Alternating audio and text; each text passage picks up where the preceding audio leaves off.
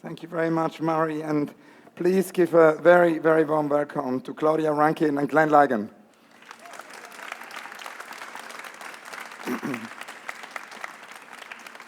It's our dream come true to have you both here today, and I just wanted to say a few words of introduction and basically contextualize the panel.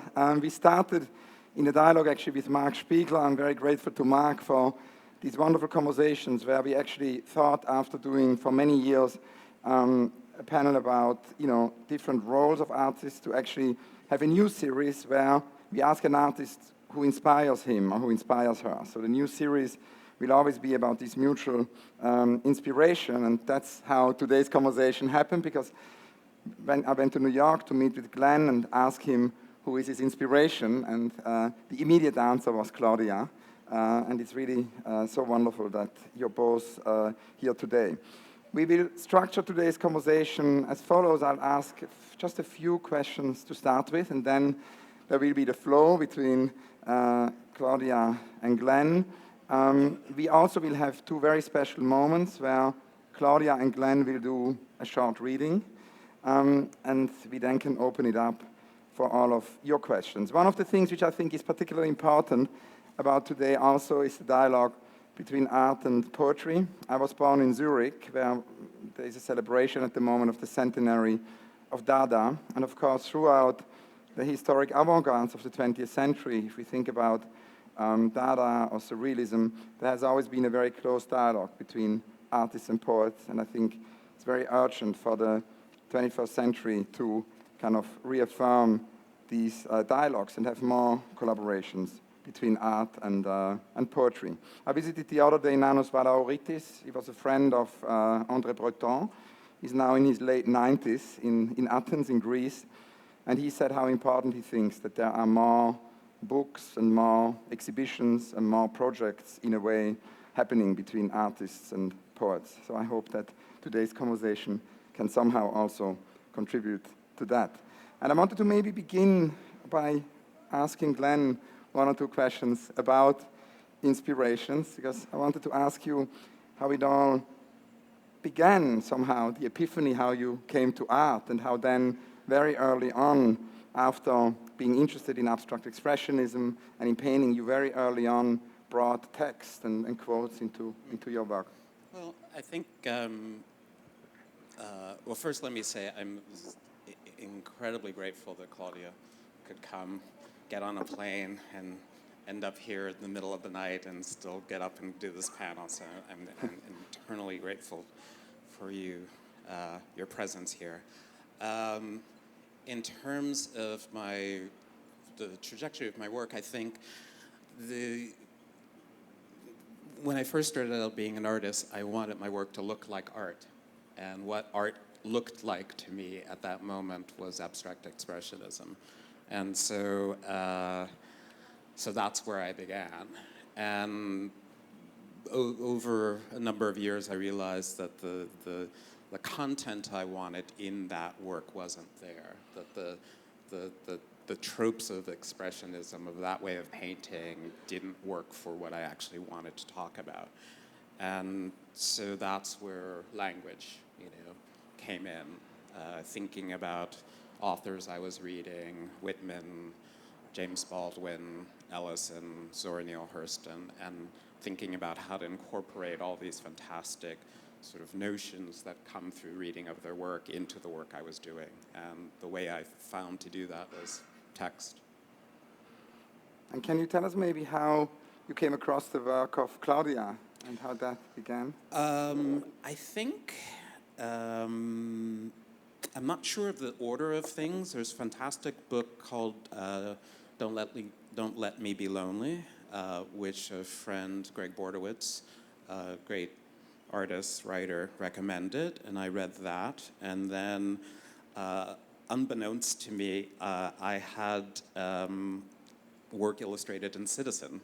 No, I should have known this, but somehow I didn't know this. And somebody said, "Oh, you're in this book, right?"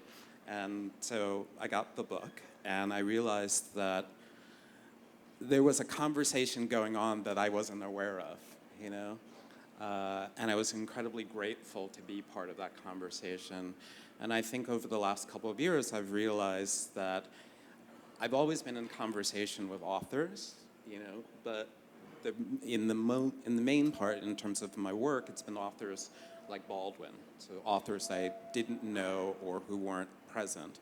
And now I realize, there are all these people, these intellectuals, these writers, artists that I can be in dialogue with, that I am in dialogue with, who put me in dialogue with them even before I've met them. So I think that's been an important kind of realization that the work exists. You think you're making your work in a bubble, but the bubble is actually pretty big and encompasses a lot of people. And within that space, it's been important to me to think about collaborating more, to be in dialogue with people who inspire me, to think about how they think about the work, so those kinds of conversations have been enormously important and have changed my practice in some ways. Yeah. And Claudia, of course, before Citizen, where the work of Glenn appears, you've done many other books. There is Don't Let Me Be Lonely. There are plays, including Provenance of Beauty, The South Bronx Travelogue. There are many video collaborations you do with John Lucas. There is the editing of anthologies, including The Racial Imaginary, Writers on Race in the Life of the Mind. So I would love to hear a little bit about your dialogues with artists and how your dialogue with Glenn began. Well, unbeknownst to Glenn, I have been stalking him for for many, many, many years. We had breakfast today, and I mentioned to Glenn that Henry Louis Gates has a book in which he talks about signifying. And African-American artists, Gates argues, have always been in dialogue with each other. So that someone like Richard Wright, Black Boy, and I'm going to say these names, and if you can see them visually. So Black Boy, and then Wright writes Native Son, and then Ellison writes Invisible Man, and then Morrison writes Beloved. And you see Glenn's work, and you see I Am a Man. And so that the conversation is a constant conversation. And there's a poet, a California poet named Juliana Spar, and I wanted to read this definition of what she says we as poets and artists are trying to do. And she writes that we are trying to come up with new models of intimacy that are full of acquaintance and publics.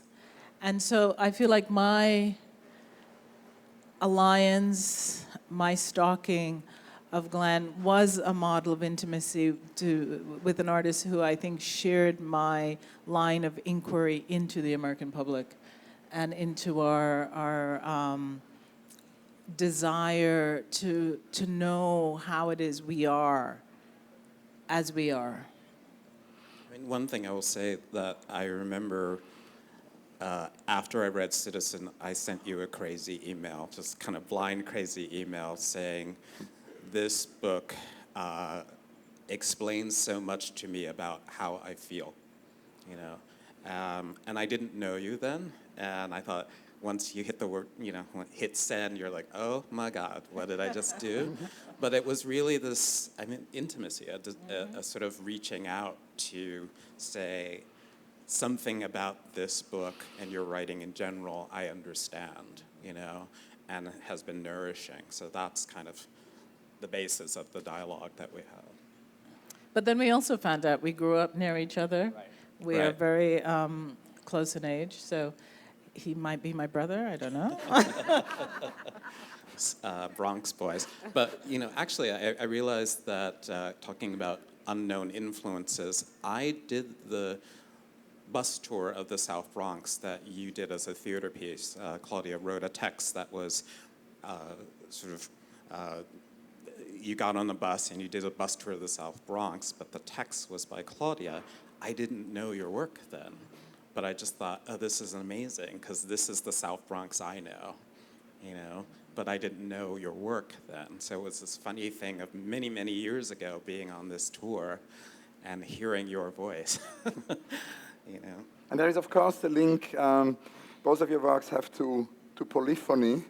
And the idea of polyphony we discussed earlier today at breakfast, because both of your works feature words, images, situations, from historical figures and personal accounts, creating true polyphonies within the bodies of the work. So I was kind of wondering if you could talk a little bit about that. Well, I think Claudia set it up very beautifully in terms of thinking about how each text that you mentioned sort of comes on the back of these other texts, responds to them, revises them. And I was thinking about that when we were talking earlier about taking a text by Zora Neale Hurston, say, and making a painting out of it, and through the repetition of a single sentence from an essay, being in dialogue with that essay, but also adding something, revising it through the form that it takes, or a neon that says Negro Sunshine that is coming from Gertrude Stein. And as you said earlier, and I totally agree, Gertrude Stein is an amazing writer and a racist. So how, does that phrase in my hands resonate differently than it would in the space of the novel, that it's taken from? The idea of intertextuality is something that I feel very married to, and is obviously a crucial part, I think, of Glenn's process. And Roland Barthes talks about the closed text, the sort of canonical classical text, as a text that tries to lock down its possibilities, locks down the mode of trembling that could happen.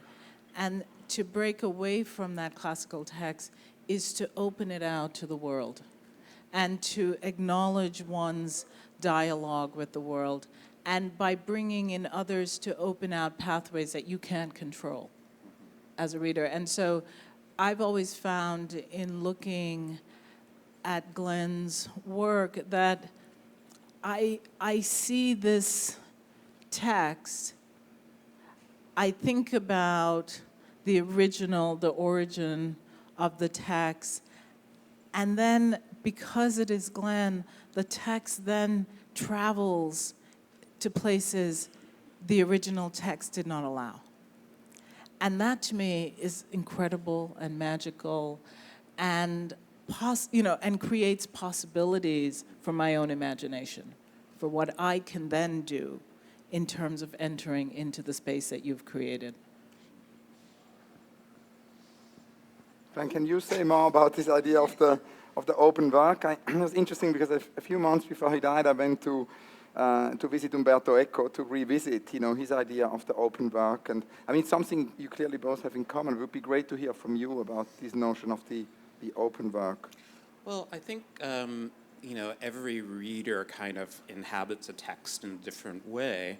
And I'm really interested in that moment where I'm in agreement and in disagreement, So the artwork is a kind of resistance to sort of received meanings of text, but also a kind of collaboration, a thinking through the text with the author, and thinking through new possibilities for the text, because it's in the spaces that I present my work in, those texts have new audiences, And so that's been sort of important to think about. But I think also what's happening now and what's interesting to me is I've been really interested in the idea of collaboration. And in the past, I've done collaborations that have been more about sort of with artists, but sort of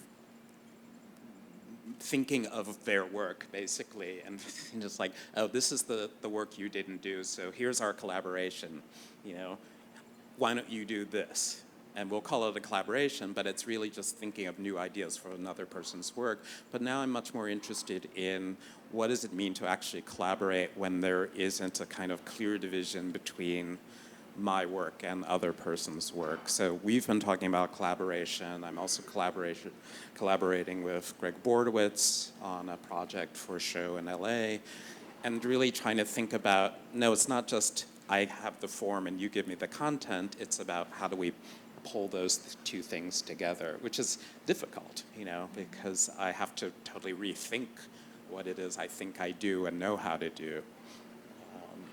But this idea of collaboration manifests itself also in both of your works through a curatorial activity. And I wanted to ask you both to tell us about this. I mean, Glenn, you've curated this amazing show in 2015 called Encounters and Collisions, and we've revisited it this morning at breakfast when Claudia made a collage out of your text, from the book. It was a magical moment. And this show, which took place in Nottingham and then went to Tate Liverpool, brought together nearly 50 artists who somehow inspire you. It fits very well the panel, the topic of inspiration. So I wanted to ask you to tell us a little bit about that imaginary museum of encounters and collisions and what curating means. Well, the title of the exhibition was taken from a Boeti tapestry. So it started with this language, basically, and the notion of, for me, encountering a new artist's work and being inspired by it, but also revising it, So the encounter is also literally a collision, and that collision changes what you do. So I tried in the exhibition to bring together all of my influences from my abstract expressionist wannabe days, so Franz Klein, de Kooning, the beginning of my interest in language and artists that were using language, Adrian Piper, Jasper Johns, Naumann, but also artists that I wanted to be in dialogue with. So younger artists like Jenny Jones, and sort of bringing them into the mix in order to be in dialogue with them. So not simply all of my influences, but in a way the influences that I wanted to have, the artists I wanted to think about. But there was another project in the show, which is simply because the show had maybe 5% of my work and 95% or other people's work, there were certain kinds of juxtapositions that I wanted to have in the show. So I wanted, Jenny C. Jones, her interest in music around me. I wanted to have Naumann's interest in text and around me. But I also wanted things to be in dialogue with each other. So a fantastic painter, Buford Delaney, next to de Kooning. Well, that's just something I hadn't seen before, So I thought they must have known each other. They lived in the village at the same time, They had circles together. They had friends together. Why have I never seen the work in the same space? And so, in a way, it was about forcing conversations between artists that I thought already should have had conversations, already probably did have conversations, but those conversations weren't in the institutions that I go to visit. And so it was, Encounters and Collisions was about making a space to have those kinds of dialogues between artists. Can I ask, do you know Fred Wilson's project? Mm-hmm. Is it a similar kind of? In some sense, but I think Fred's much more interested in what is in the institutions themselves that remains repressed and unseen. And I was more interested in a way, what remains unseen because of those kinds of juxtapositions that I was making in the show, which were juxtapositions an art historian probably would not have made or could not have made. Or didn't want to make.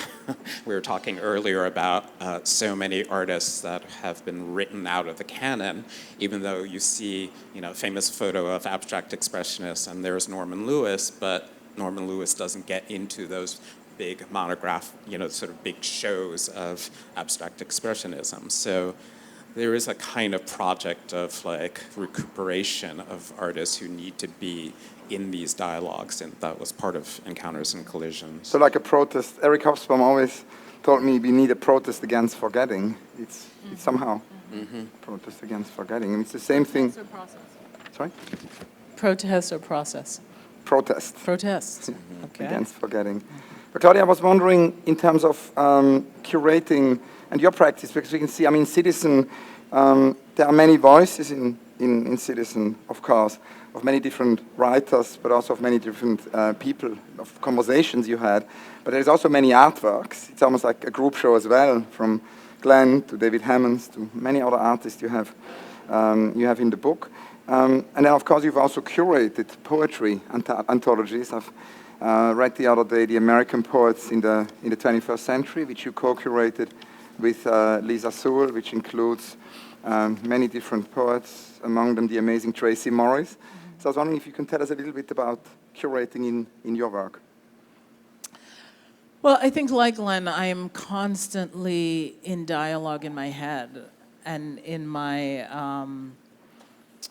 in the visual world with artists and other thinkers. I really do go through the world thinking, well, if Glenn said this, then what? How does that change the space that I'm in right now?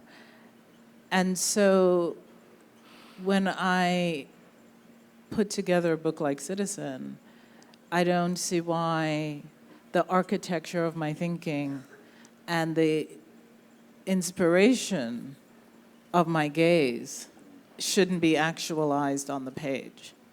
We have a culture that is so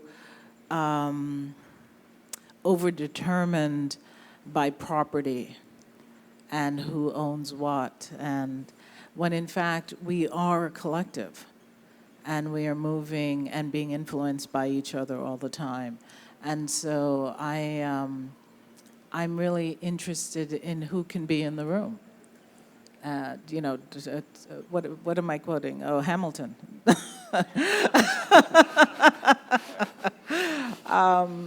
But so that determines not just my own practice, my own work, but things like anthologies that I put together. I'm really interested in what writers are out there that we should be reading, what they think about their own process, and other writers around them. So I think I've been very privileged in my life to be able to actualize the things that I would like to do, and putting together these kinds of books has been that. And besides polyphony, we thought we should also talk more about Citizen, and Citizen, of course, as in your book, but also it strikes me that in a way both of your practices offer insights and interrogations, knowing what the notion of citizenship entails on a symbolic as well as also on a political and real life level.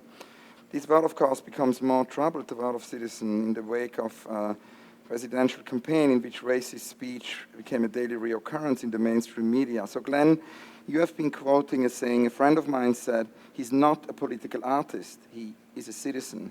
So I'm kind of interested in what citizenship is in a democratic country, as you ask also in that quote, and the responsibilities that come with it. So I was wondering if you could both maybe speak about what citizenship means to you and how this notion is evolving in response to the present. Right.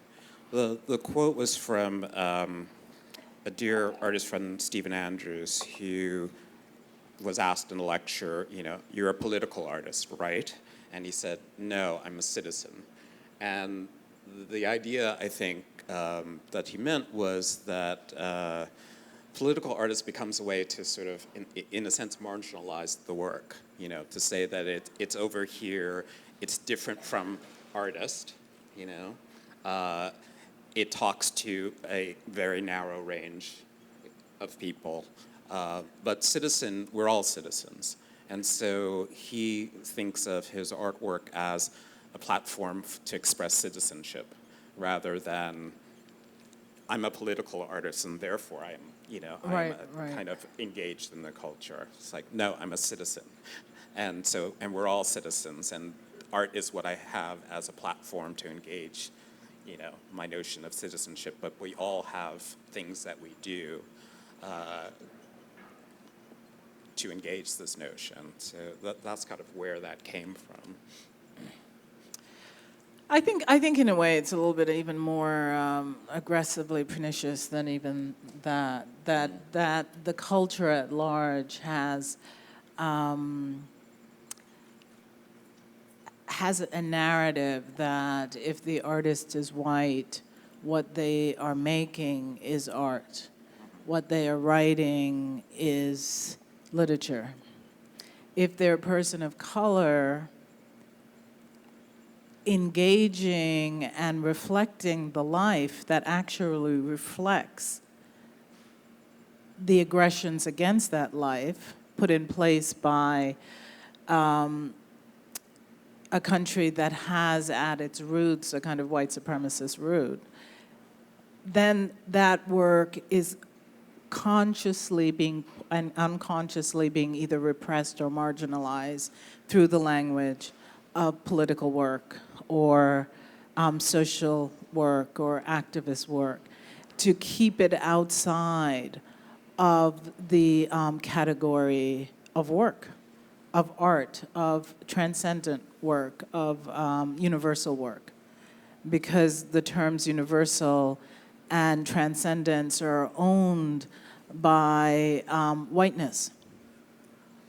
And in the same way that white people get to be Americans and the rest of us are, this is a quote from Toni Morrison, but the rest of us are hyphenated. African American, Arab American, etc. That hyphen is where the word political art lives, or activist art lives, in that hyphen. If at any point we could begin to arrive in the place where we are all citizens,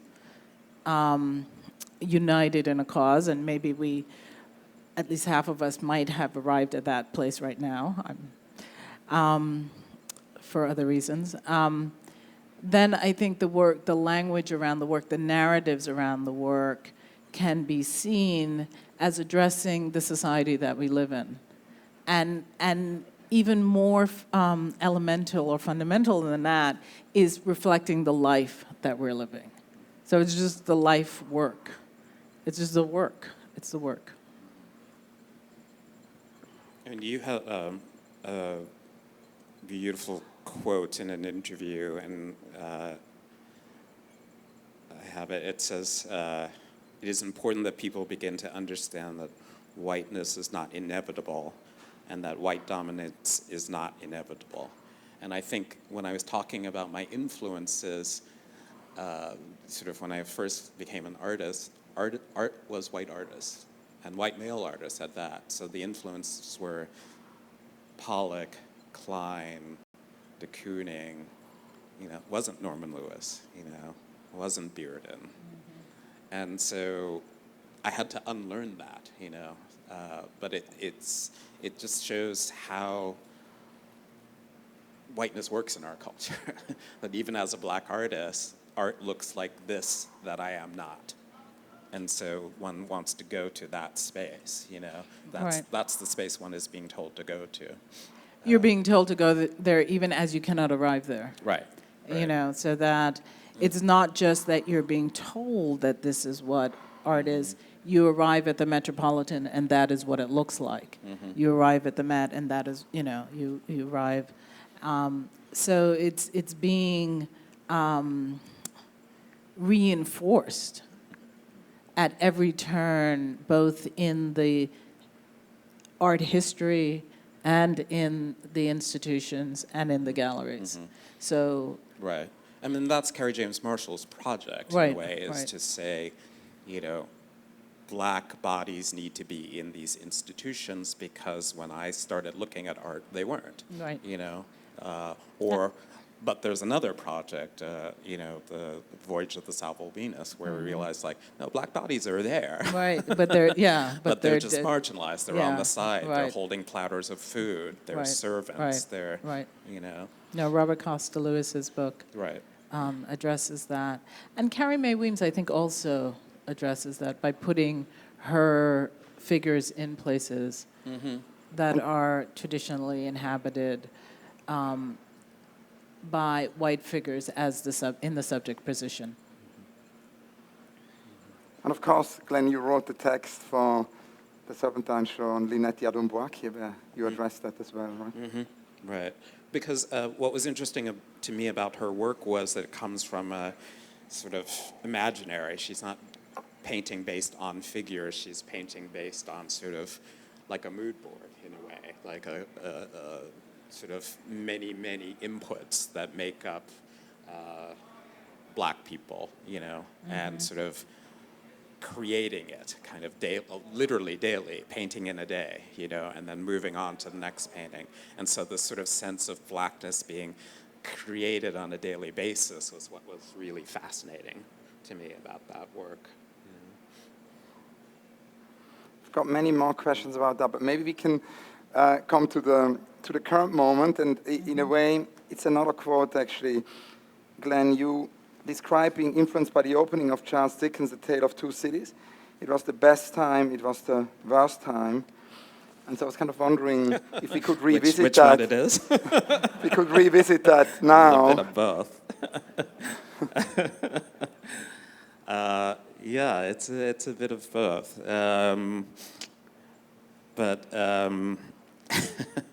But I think what's interesting now was post the election, people kept calling me and saying, "Are you okay?" Me. I thought, I'm okay. Yeah. And but I thought it was interesting that the burden fell on me. Are you okay? And I thought, yeah, I am okay. Actually, I feel very focused now.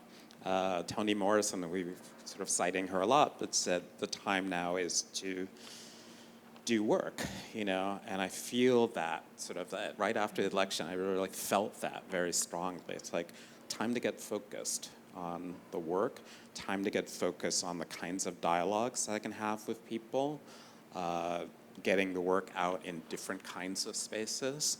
I never do talks, really. Don't like doing talks. But I thought this is an important moment to do this, to be in dialogue with these two people. And Claudia, you wanted the quote, right, by Toni? I'm going to read the Toni Morrison quote. She says, "This is precisely the time when artists go to work. There is no time for despair, no place for self-pity, no need for silence, no room for fear. We speak, we write, we do language. That is how civilizations heal." But I also wanted to address this idea, are you okay? I mean, one of the things that is interesting to me about that phrase, coming to you and coming to me, from many actually white people, is the recognition that the kind of white nationalist agenda that our new administration has will affect all of us, and yet all of us don't understand that white privilege will, even as the administration affects our being in the world, will also keep us stable as white people. And that the dislocation is really towards Arab American, Mexican American, African American, and I think women should also be terrified.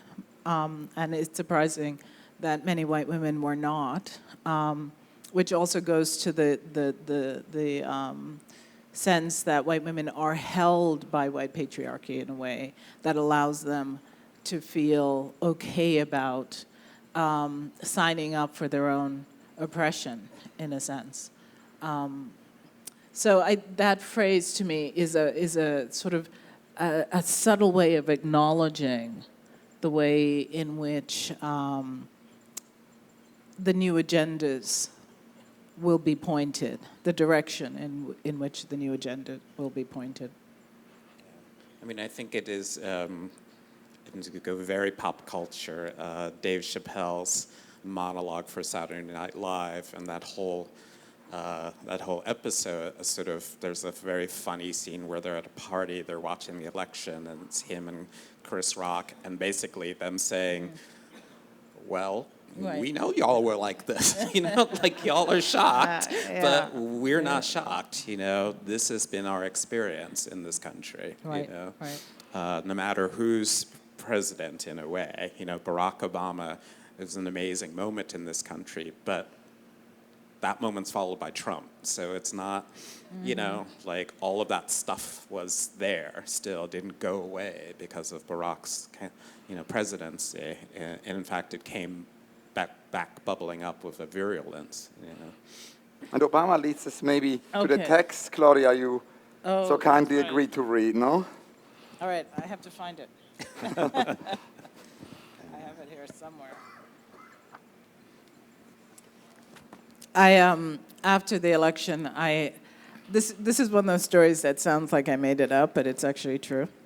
I opened a book and this fell out. And it's a poem I wrote when Obamacare was being discussed as a possibility. And it's called The Health of Us. We heard healthcare and we thought public option.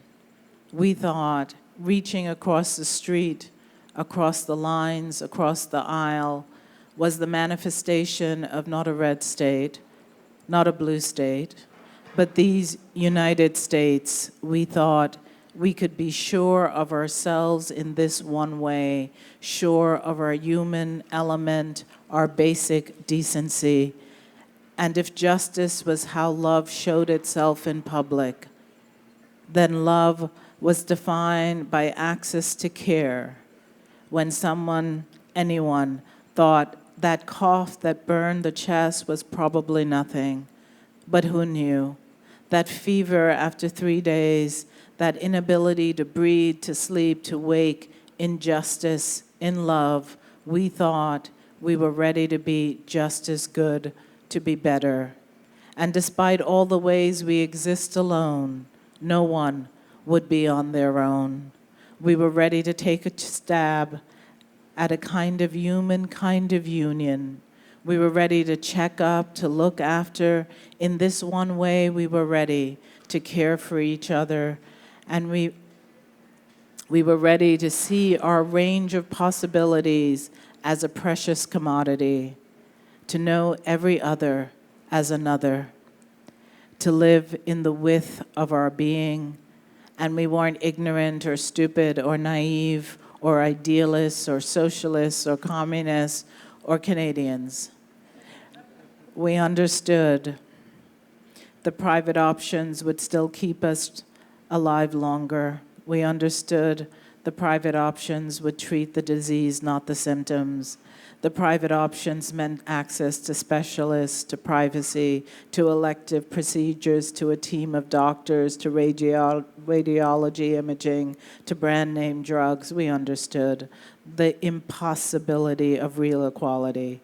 But this single shift towards a national community, we thought, despite being founded on genocide and sustained by slavery in God's country, we thought we were ready to see sanity inside the inhumanity.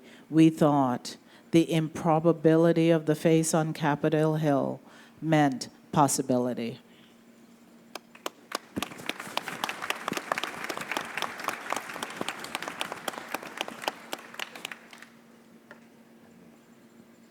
And now we're at a moment when the agenda is to dismantle that, Right. basically. Exactly. Specifically, dismantle healthcare as As a national option. And Glenn, you also kindly agreed to a reading. Yes, it's something actually Claudia turned me on to. There was a poet, Kenneth Goldsmith, who did a reading of Michael Brown's Autopsy as a sort of found poem. And Fred Moten, a fantastic theorist, poet that we both admire, wrote this response to it. I think you know you fucked up, but do you know why you fucked up? And do you know how you fucked up? Do you know that why you fucked up and how you fucked up are totally entangled? Do you know that the entanglement is given in the raciality of the concept as such? I wish I could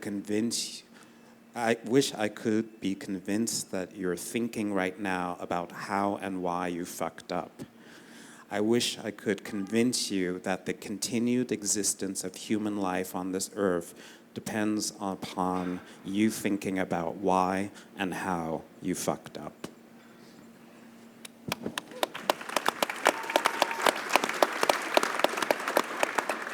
And we were talking about, sort of the sort of uses of black bodies and how they circulate in the culture, and sort of the idea of a white poet reading Michael Brown's Autopsy as a kind of found text, without any sense of what the implications of that is, and what you were saying about sort of that it doesn't catch in the throat, reading that. It's just a text for the way it was presented, not something that's kind of horrific. And sort of many examples of that kind of use of black bodies or black lives in that kind of way, as just things to be taken up and discarded. There's a theorist, Richard Dreier. Is this Richard Dreier? He wrote White. Dreier, yeah. Dreier, yeah. Richard Dreier. And he talks about the ways whiteness moves everything into its own image. And so that to be able to take an autopsy of a dead man and curate it into a moment that centralizes the self as using this becomes yet another version of that. But the other thing I'm thinking about, and this is sort of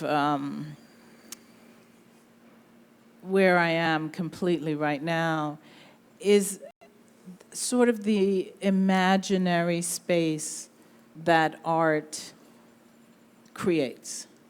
So I feel like with your work, I am often in a position where I am looking at something that you've done.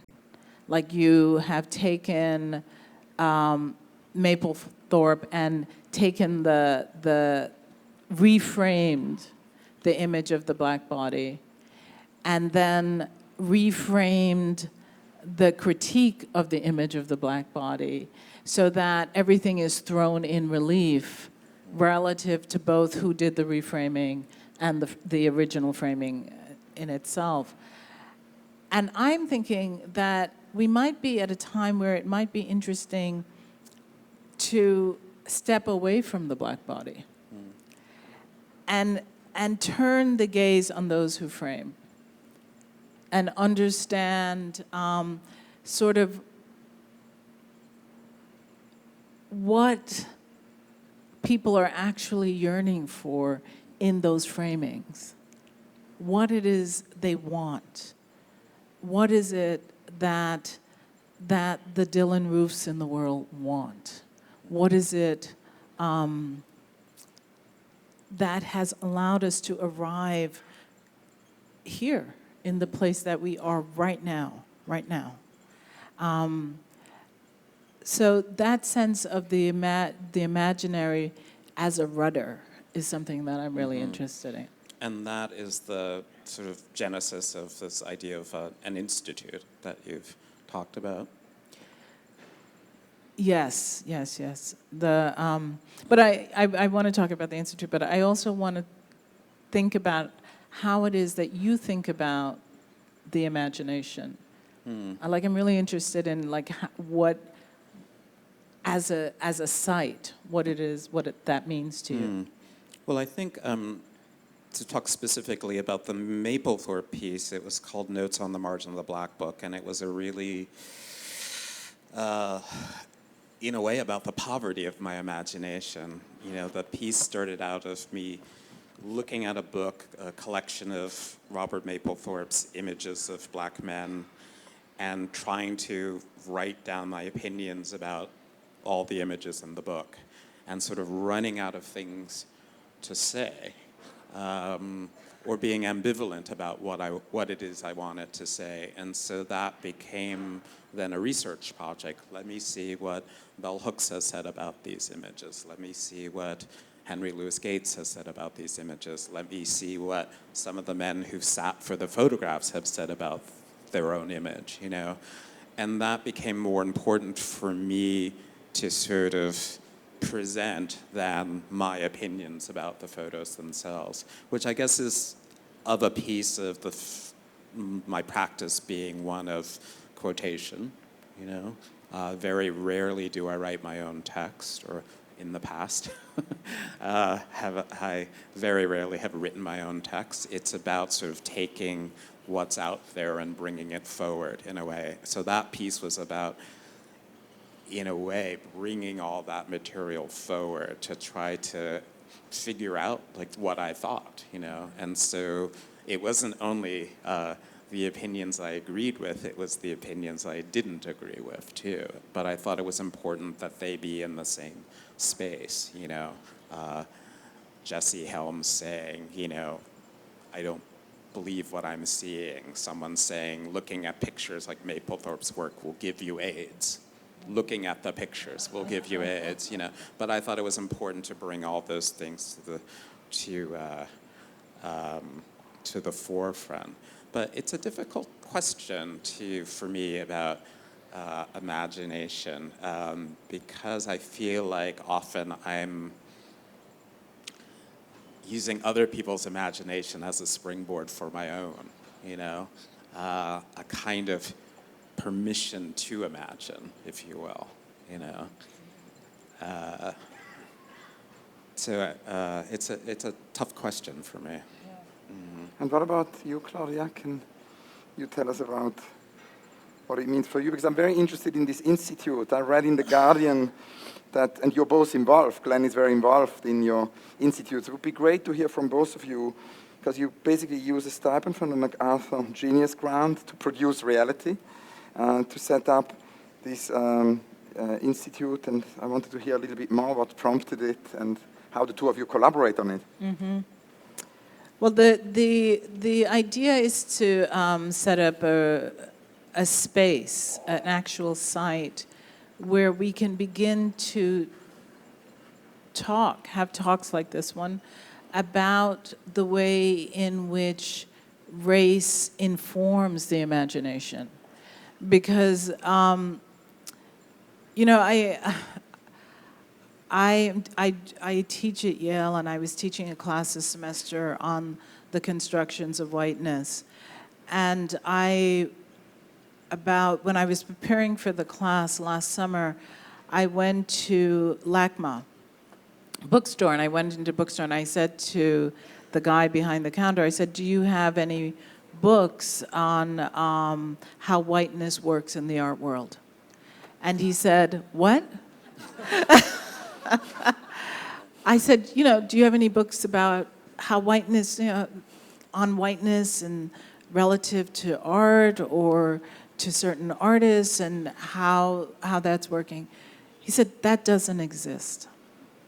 I mean, he was wrong. Berger has written about it. There are other people. But in he really looked at me like I was insane. And then I went somewhere else and the same thing happened. And so I was thinking, well, if we continue to buy the idea that whiteness is not itself a race and has not been constructed, we are in collusion with our own domination. And we really have to begin to think about what is at stake, what is being yearned for, what is what is the anger behind whiteness? Why do certain white people feel threatened by others?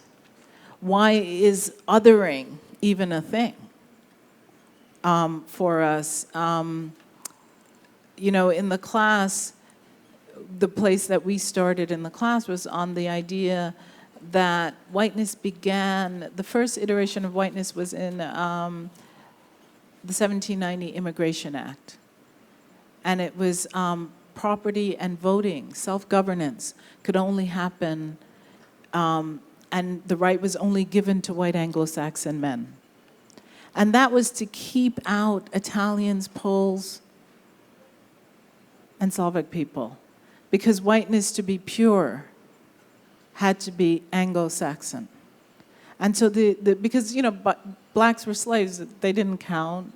Native Americans were half slaughtered, half segregated, so they didn't count. So the first anxiety around whiteness was really white Anglo-Saxons trying to hold off Italians, the Irish. And when they came into the United States, they were the blacks. They were actually, on their entrance papers, they were called blacks. It wasn't until the Civil War and the formation of the KKK that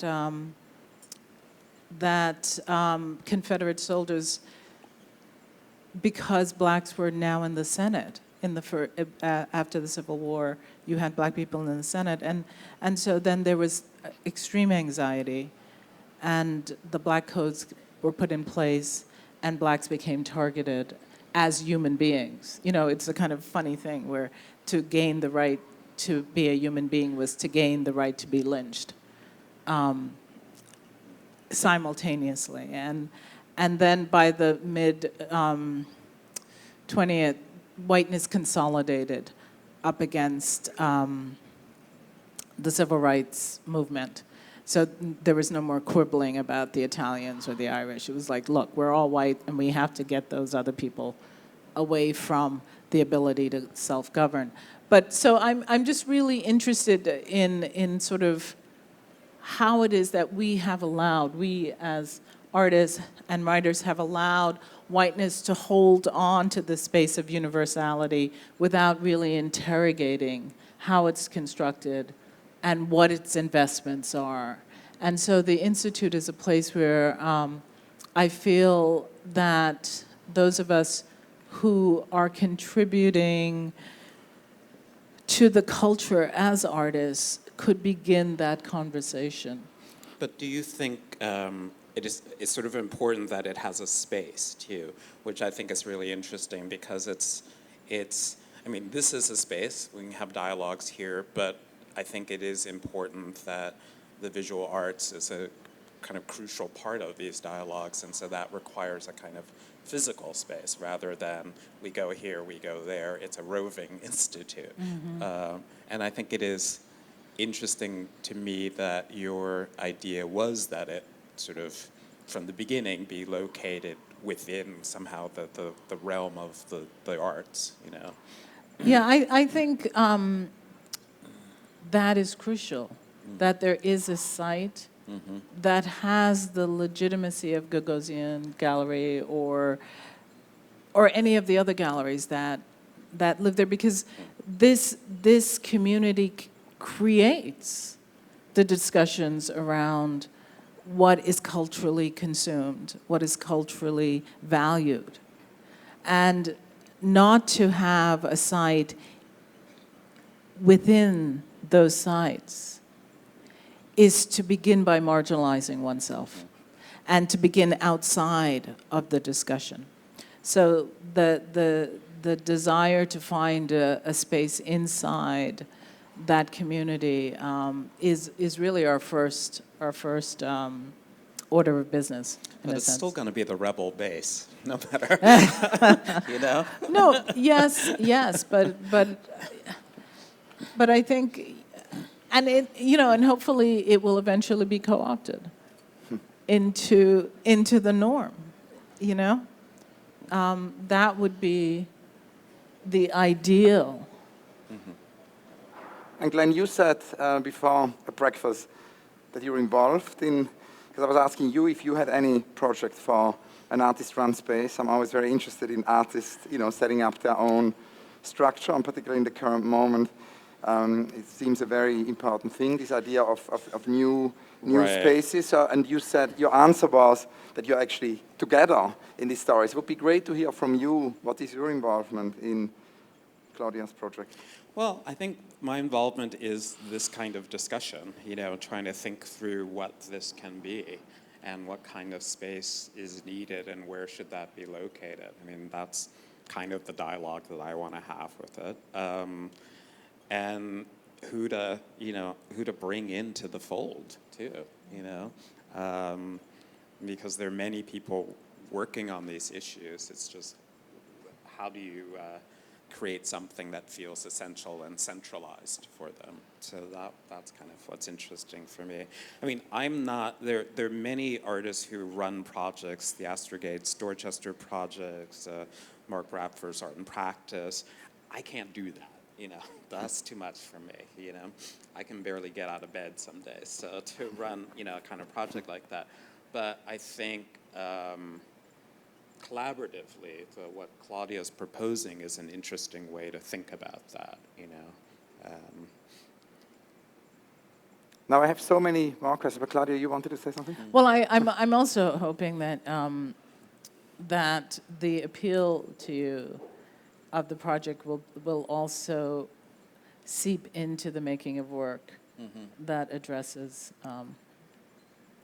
these issues as well, and interrogates our own positionality as artists in terms of the things that we make and the things that we write and the things that we do. That it's not about telling other people what to do. It's about beginning to look at what we do and what we have signed up for and what we're in collusion with in terms of our own practices. And will the project have a manifesto? Because I was kind of wondering the other day, speaking to Paul Chan, he said, the current, what you also refer to as a state of emergency. We have in 2016, Paul Chan said, you need new manifestos. I'm going to read you here Paul's manifesto: no to racists, no to fascists, no to taxes funding racists and fascists, no mercy for rapists, no pity for bigots, no forgiveness for nativists, no to all those. No hope without rage, no rage without teeth, no separate peace, no easy feet. No to bounce by genders, no to clickbait as culture, no to news as truths, no to art as untruths, no anti-Semitic anything, no Islamophobic anything, no progress without others, no meaning without meaning. No means no, no means no, no means no, no means no. So that's Paul Chan's manifesto from last week. I was wondering if you have a manifesto. All right, I'll give you the one I already gave you. Somehow we got here, and somehow we got to get out of here.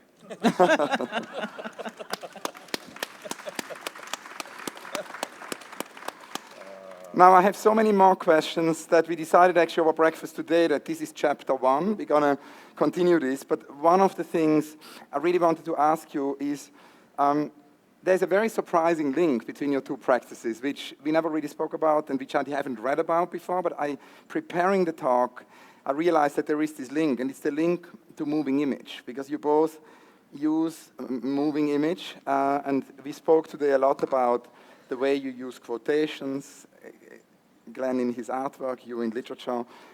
We spoke about text-image relationships in your books, in your artworks. But we didn't talk about the way you both use moving image. And it's interesting because in an interview, Claudia, I read that you were very inspired by Chris Marker. And during my Paris year, I lived in Paris in the 1990s when I worked at the Musée d'Art Moderne. I went very frequently to see Chris Marker. And he never wanted any of these meetings to be recorded, so we don't have, it's really a missing interview because he wanted to resist the idea of a recording. But we discussed a lot about poetic and political collages, this idea of moving image as a collage. And I wanted to ask you both to tell us a little bit about how you bring your collage techniques you both spoke about, or your quotation techniques into moving image. And maybe start with Claudia, because I'm very interested in this slowing down and focusing in, and this collaboration you have with John Lucas, the filmmaker, where you've been developing a whole series of films which are numbered, situations 1, situation 2, 3. So I would love to hear a little bit about that, about the link to Chris Marker, collage, and your films. There's a Homi Bhabha quote in which he says, I'm misquoting him, but he says something like, sometimes a person is a situation. And that's where the idea of the situation videos came from. And, you know, I happen to live with a guy with skills when it comes to when it comes to filming. And so it has been interesting over the past few years to be able to look at film moments, or basically archival moments that become citational moments, and to take that moment and to slow it down and to begin to interrogate it as an actual real moment. You know, it's sort of, for example, if I had had a film of James Beard being dragged along that road in Jasper, Texas, when his head became decapitated and the limbs came off of his body. The question for me was how much history could be folded into the time it took to pull that man apart. And so now I think when we are presented, because of, you know, because I think in part because of the cell phone and our ability to not have things censored as much, so we have access to a lot more, to be able to sit down and sit with these moments and to begin to write into them, to slow them down, to stop time and to look at these moments has been a really fascinating process. And, you know, working with John, sometimes he'll say to me, you know, we can't do that. The technology can't do this thing that you want to do. And so then it becomes, then I have to do it through language. I can't do it through the film. But that sense of working the technology to bring the history forward, to bring the repressed back on the surface, and yet not to create something that does not actually exist in life, to actually be using an archival moment. And I can't find a quote here in my papers of Chris Marker, but you do mention in an interview the importance of Chris Marker in all of that. Can you tell us a little bit about that? Well, Chris Marker, to me, is somebody who was able to move the camera across landscapes and then create the connections, whether it's in Asia, Europe, Africa, and to bring a kind of a gaze that collects the humanity into one moment. And without the kind of othering that the gaze is so practiced of doing. It seemed to me that he was invested in the opposite of that, while still tied to, and this is what I love about him, still tied to the land. Tied to natural phenomena and unnatural phenomena in the land. So whether it's the ravages of a war or a volcano erupting, it's going to change the space in which we live. Whether it's a new regime of the government or a tsunami, it's going to change the space in which we live and our relational interaction. And it seems to me he slows it down so that you can see how that happens. And Glenn, can you maybe react to that and tell us also about your film? For example, in 2014, there is this amazing film installation, which is a very moving and intimate look at the comedian Richard Pryor. Mm-hmm. The Pryor film really started with thinking about how in the paintings where I've used Richard Pryor's jokes, people become very performative in front of them. When they're reading the text, they often, I noticed, would read in an imitation of Pryor's voice, or they would do gestures in an imitation, a memory of Pryor doing comedy routines. And I became interested in sort of Pryor's body, basically, and how much of the content of his comedy routines was present in the way he moved his body, the way he inhabited characters. But honestly, the film started in a totally different way, which was one of those computer things where you're watching something and the sound is wrong. So I'm looking at this Pryor film on the computer, but the sound is wrong because it's the NPR station playing. And then I turn off the NPR station and I just see Pryor moving without his voice, and I thought, oh, that's so familiar. I know that somehow. I know the routines, so I know it from that. I know where he is in the routine, but it also somehow the gestures are familiar. The way he moves his body is familiar. And so that was sort of the genesis of that piece, was to think about how much the body, his body, specific body, transmits meaning through how he moves, you know? And again, thinking about him as a person that was deeply invested in inhabiting other people in his routines. That's kind of so much of what his comedy was about. So it's not simply Pryor's body, it's Pryor's body channeling all these other characters. So that's kind of where that came from. An earlier film used the last minutes of Thomas Edison's version of Uncle Tom's Cabin. It was a silent film, and the last minute is the death of Tom. And it's taken from this novel. And again, it was fascinating to me, like, how do you do a silent version of Uncle Tom's Cabin? It's a huge novel, but I realized, oh, but it's a familiar text. You know, it was performed as plays around the country.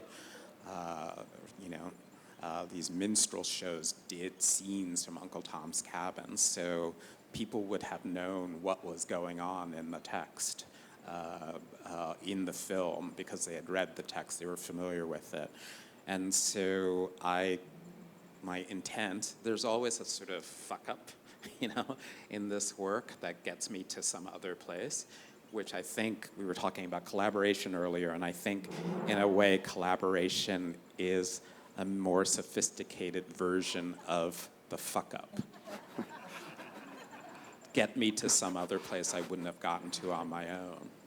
And so the fuck up in the Death of Tom film was I was going to film it. I had actors, you know, I was going to film that last scene, and the film didn't come out. So it became this blur of light and shadows. And I thought, we'll just go with that, you know? We'll go with that. And commissioned Jason Moran to do a score for it. And that became the film. So the kind of all the takes of this last scene of Uncle Tom's Cabin repeated over and over again, but as abstraction.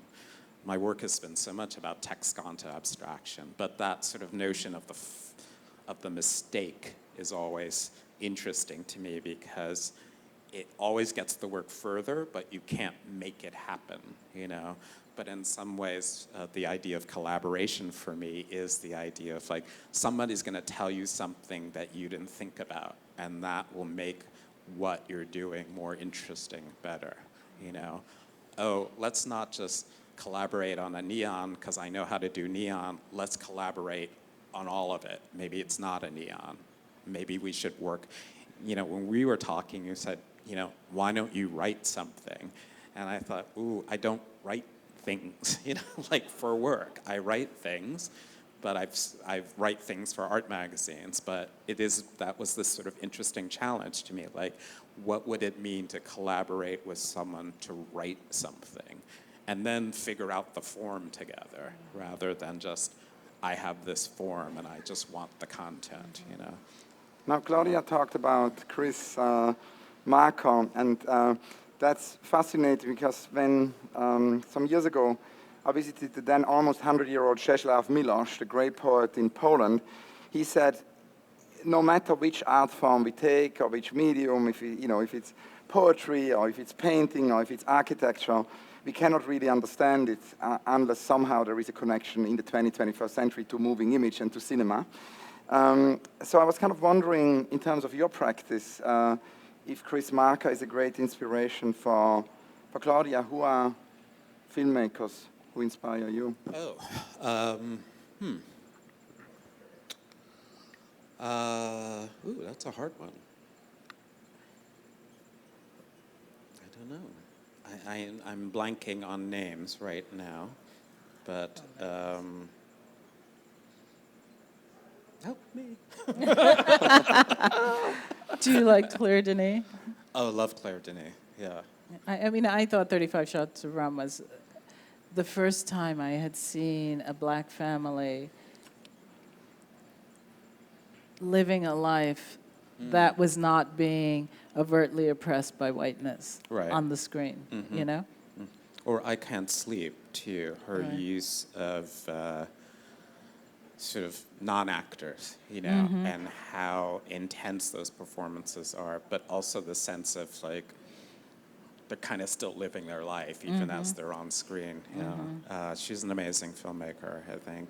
But also, I think, you know, talking about this interrogation of whiteness, I think she's a filmmaker that has done that in a consistent kind of way. Yeah, she's super important. I think the Dardenne brothers, too. Yeah, the their Dardenne films, brothers. Because of the sense of, I remember an interview where they talked about where they position the camera. And they say, oh, we position the camera behind people because we want to be with them. Which I thought is such a beautiful idea, that the camera follows the actor because they want to be with the actor, not in front of the actor, you know, but somehow symbolically, physically on the same journey the actor is taking, which I thought was a kind of beautiful notion of, like, where a filmmaker's, how the form of the film can express a filmmaker's empathy, you know, and their allegiances. And I love in their films the way in which they don't lose generations. You know, that they're often both the child and the parent. Right.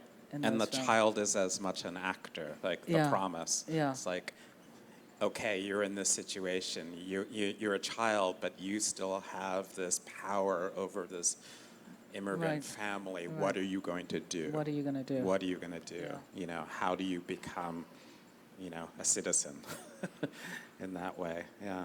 Now, before we open it up, I had one last question, because so at the same time I always went to see Chris Marker, I also always went to see Edouard Glissant, and he was my great mentor during my Paris year. And in our last conversation, he talked about, and obviously I think Edouard Glissant is more urgent than ever, because he predicted in a way in his writings, in such a visionary way, basically the negative sides of homogenizing globalization, but that it can be even worse, the reaction to globalization, which is exactly what we are facing now, which is why he said we need mondialité, which is a global dialogue about solidarity, but in a way that does not annihilate things, so a non-homogenizing kind of global dialogue. And in this last conversation, Edouard Glissant mentioned to me a right to opacity, and that's obviously also something he wrote about in his book Philosophy of Relation, when he said opacities can coexist and converge, weaving fabrics. To understand these truly, one must focus on the texture of the weave and not on the nature of its components. And I wanted to ask you both, because in a way, I think these conversions of aesthetic and symbolic importance of legibility, non-legibility, opacity is present in both of your work in terms of text and image. So I wanted to ask you both to maybe answer to this idea of Glissant, of a right to opacity. Well, I think, you know, sort of maybe that applies the most to the paintings I've done using Baldwin texts, particularly Stranger in the Village. And I was always interested in the difficulty of that essay and restaging it in the paintings, you know. So the sort of complaint about that work is it's hard to read, but I think, you know, one the essay is about difficulty. It's about the difficulty of a kind of understanding the other, in quotes, the difficulty of understanding anyone, of communicating. Baldwin's in this Swiss village trying to write and finds himself, this stranger, and has to navigate and think through what that means to him and what that means to the villagers. But those aren't easy, solvable, questions that can be sort of beautifully laid out, though he's a beautiful writer. And I also was interested in there's so many gaps in that text. Baldwin doesn't really say that he's in his lover's family's chateau, That's another thing outside of the text that remains hidden. So the sort of the gaps and sort of where the language breaks down, where it doesn't communicate, was what I was interested in, in that series. And I think that's been something that's a through point in a lot of my work, is it's sort of the breakdown of meaning, the breakdown of language. Yeah. I like the hammering as a kind of musical undertone. I'm good friends with the theorist Laurent Ballant, who wrote Cruel Optimism, a book I'm very indebted to. And recently we were talking about, she wrote a piece that was playing off of the words failing, like fail, and flailing around, F-L-A-I-L, and how that L changed the difference between the movement towards trying to do something and the failure. And I was thinking that this idea that we cannot live with incoherence, that we cannot live in the moment when things don't make sense to us, and that there's always such a drive to settle things down, to stop the thinking, to stop the movement, to create the closed text, to create a conclusion, and that to be in a place that is unstable, that is asking us to process, to move together, to collaborate, to see beyond, to recognize that which has been repressed, to bring forward and interrogate our assumptions, is unbearable for some. That it is hard to hold the opacity, the incoherence, and that to try and stay in that place becomes for me a kind of surreal moment, because you're asking the body to stay in a place of discomfort, to stay in a place of not out of focus, to stay in an out of focus place, and that reminds me of Robin Kelly, because Robin Kelly has always said that the only way we can get from here to there is by entering into a sort of surreal moment, because we don't actually want what is here to continue. So we're going to have to make a break. And the break will feel incoherent. It will feel uncomfortable. It will be out of focus. So anyway, that's... But there could not be a more wonderful conclusion. Now we can open it up. And thank you so, so much. Okay, we've got a question here. If we may have the mic. The question in the front row, it's a question here. Many questions. Oh, he was giving it. Hi. Oh, great. I thought I heard somebody else's voice. Thank you, Glenn, for being brave to come forward, because you were a great speaker. I know that Claudia and Hans, you're used to it, so I really appreciate it. You just started with a break, and I wanted to go back into the break with Fred Moten and this idea of the fucked upness, as opposed to the happy fucked upness of collaboration and accidental. I'm talking about you were presenting earlier, kind of the core of the talk today, the intrinsic fucked upness of whiteness, and not necessarily vis-a-vis blackness, but the idea of that which does not know itself, or is not conscious of itself.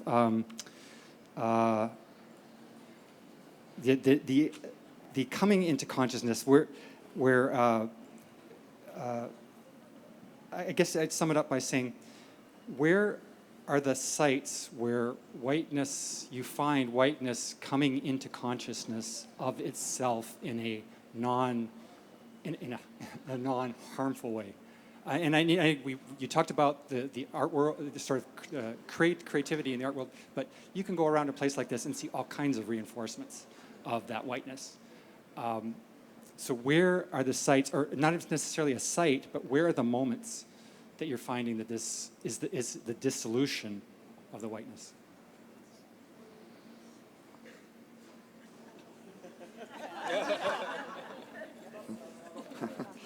Well, one of the things that's most exciting to me right now is this organization, Surge. It's a non-exclusive organization across the country where its focus is on white people entering into social justice movements at this moment, and I find that incredibly heartening that we have finally gotten to the place where we understand that these problems are not the problems of people of color. They're the problems of a morality. It's our moral problem to leave others behind, to not think about it. It should be considered a moral injury for every American to be in a place where others are let go. And so this notion that we will come forward to defeat or hinder the letting go of anyone, to me is a fantastic moment. And I know Surge is in I'm sure it's here in Florida, but I know there are groups in New York and across the country. A question here. Hi, it was Miss Alice Walker who pointed out to me that the transatlantic slaves are buried under today what is called Wall Street in New York City. And let's look at that picture and dive even further. If we dig deeper, there's the Native Americans buried under. And so the foundation of this so-called United States of America is built upon this foundation. But she also pointed out to me that sometimes the truth is so strong that we just cannot approach it. And this is where creativity steps in to ease in the truth. How can we ease in the truth of love, the knowing that others are not others, and be a catalyst and a force that would enable humanity to understand that others are not others? Indeed, Black lives may matter, but all lives matter, with a deep reverence for life.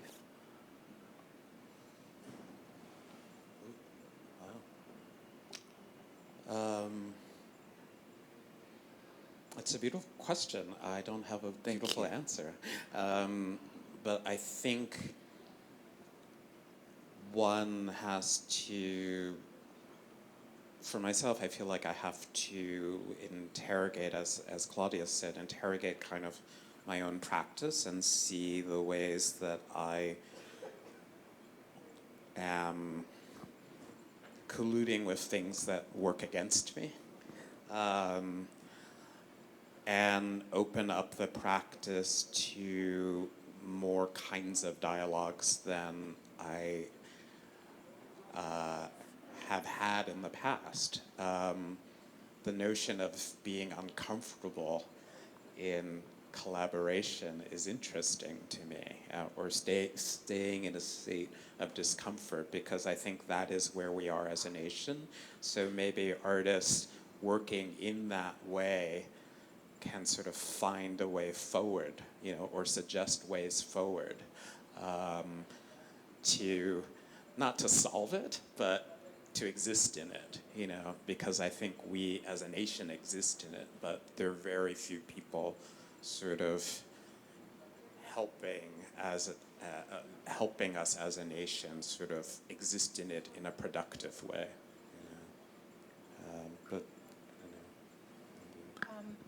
I think it's Cornel West who said, justice is how love shows itself in public. And that's something that I carry around with me. But also the notion that we don't have to solve anything, but we need to accommodate things, accommodate them within our imagination, to make space where we are interrogating our reality, and not so that our tendency is to attach to that which brings us comfort. We attach to things because they make us comfortable, but we might attach to things because it's morally right to attach. And I know that morally right phraseology is itself questionable, but I think we might begin to think about our own attachment, the place from which we make attachments, and why, just why, so that our imaginations begin to accommodate things that are not necessarily invested in our individual comfort, but rather in our community solvency, the stability of the community in a greater way. We can take 2 more questions. Got a question here in the middle.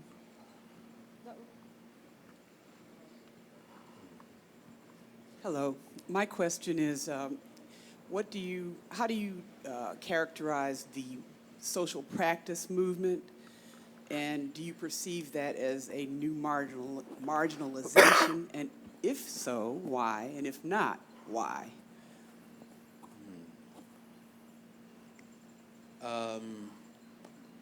Who are you talking about specifically? Well, specifically, I guess the originator would be Rick Lowe, Project Row Houses, Theaster Gates' work, Mark Bradford's revitalization in South LA. I think those are artists that have really tried to, they're very different projects too. I think Project Row House, what Rick Lowe has done in Atlanta, is, I don't know if he would say he's an artist as such, he's a community organizer. I think Mark makes paintings, but then he has this institute, that serves a huge amount of people in LA. So there are different ways in which they're doing it, and Theaster Gates is kind of a hybrid of all of those things and more. So I think it's just a kind of rethinking of what an artist can do in the world, and what an artist's practice is, My friend Greg, I did a lecture where I said, I'm a painter, but then I write and then I do other things, but I'm a painter. And his response was, well, I write poems, I teach, I do performances, I did activist work during the AIDS crisis. That's all my practice, So let's not segregate things into, And it was a real, for me, a kind of eye-opening kind of rethinking of like, yes, how do I characterize myself? What does it mean to be an artist? And what's encompassed under that word, So I have a lot of admiration for you can critique what they're doing too, in some senses, but I have a lot of admiration for the sort of broadening out of the practice, A question here in the front row, and then a question here, yeah. I think the mic's there. Wherever the mic is, either here or here. Yeah. Hi. Okay, Thank you all for this lovely conversation. I wanted to ask a question that's about something that was said in the beginning about being in a moment where we're in a protest against forgetting. And I was curious just to hear from the two of you what each of you feels is worth remembering right now, or protecting against forgetting, whether it's a feeling or an experience that we should be engaged in actively remembering or actively fighting against forgetting. So I was just curious to hear what you two think of that. Well, I think my project in some ways has been about kind of digging in the archive in a sort of large sense of the word, digging in the archive of African American writers, bringing certain kinds of texts to the forefront, looking at early cinema, Edison, and sort of thinking about how to bring that forward.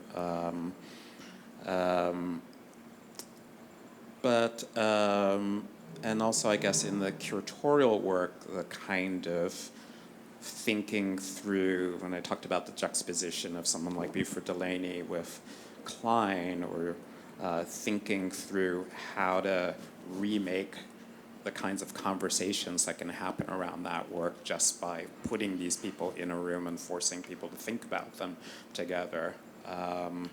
So those are important acts of, I guess, sort of remembering or thinking about, sort of memory.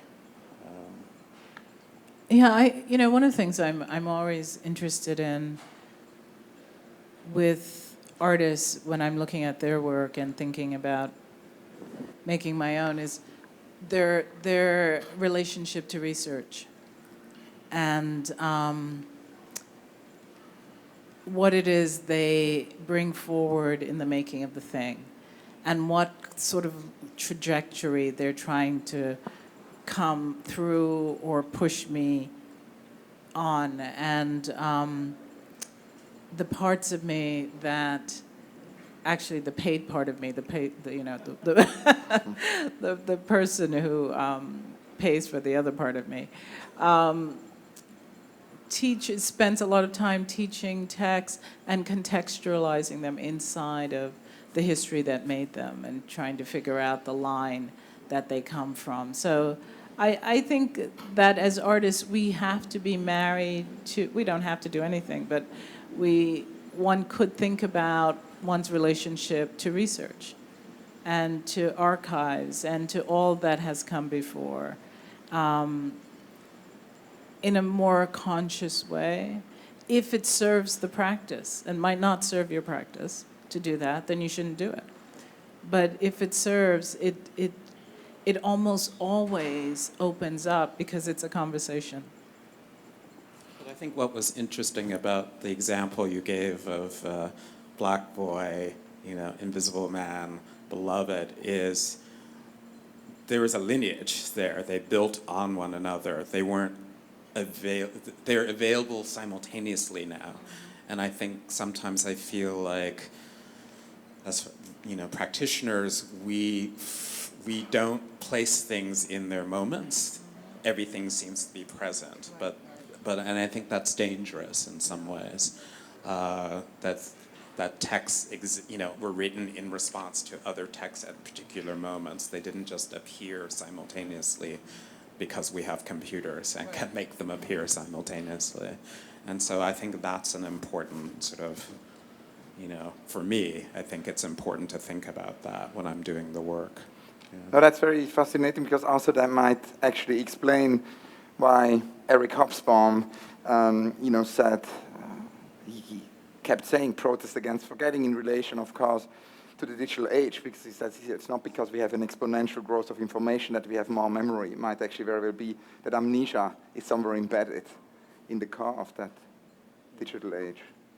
And that just reminds me, I was telling Glenn that one of the things that fascinates me with the police who've been shooting black men, that often when they're interviewed, you say to them, why did you shoot somebody in the back? Or why did you shoot them? They were unarmed. And they say, I don't know. I don't know. And I think it's because they don't know how their imagination got formed. And that's another way of thinking about that. They don't know how the imagination got formed. We can take one more question.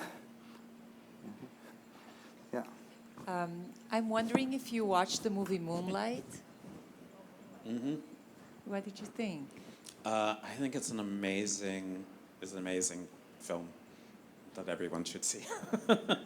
I mean, I think it's, structurally it's an amazing film, using 3 different actors to play the same character over time. But I think also there's something my friend Thelma would call the black familiar in it, which is there are these moments in the script where, one of the mother is saying, "Oh, you can go over there with your play mommy," and I thought, oh, that is such something from my childhood. The relatives who aren't actually related to you, but you don't know they're not related to you because they've always been there and you've always called her Aunt Gladys, and you find out as an adult she's not actually related to you, but she just acted like a relative. And those kinds of things in the film, I think, were super. They've been in other films, but I think it was so much a part of this film, and Well, there was one last. Yeah, I think we should take, because you've been waiting for a long time, so we take the last question. Totally right, yeah. Thank you. Yes, that movie Moonlight was extraordinary and really profound. And I actually don't have a question. It's more of a statement, because I have just now experienced a really profound moment. And I just want to thank you so much for bringing all of this out. Also, to the person, the second question about others or not others.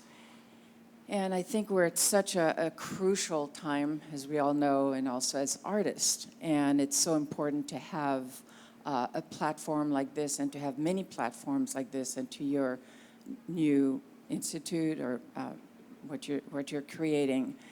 And I'm just feeling very, as an artist myself, but also just extremely how crucial it is that we break down all these barriers, but that we all speak and that we all have a voice.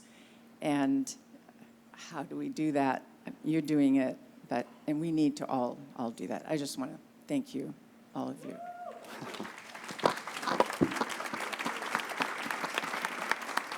And I do have a very last question, which is the only recurrent question, as Claudia and Glenn know in all my conversation, which is about unrealized projects. Because in a way, we know a lot about unrealized projects of architects because they publish them every day. But we know almost nothing about unrealized projects of visual artists and poets. And there's obviously a whole roster of unrealized projects which have been too big to be realized, projects which have been too small to be realized, projects which have been too expensive, projects which also have been censored. There is censorship. And as Doris Lessing always told me, there is also the category of the projects we didn't dare to do, what she called, the self-censor project. And all of those are kind of part of the body of unbuilt roads, of the unrealized project. I wanted to ask you both to tell us about maybe one unrealized project, about the dream, something close to your heart. Okay. Well, I don't know if this is. It's only unrealized because I haven't done it, but many, and that'll make sense in a second, I hope.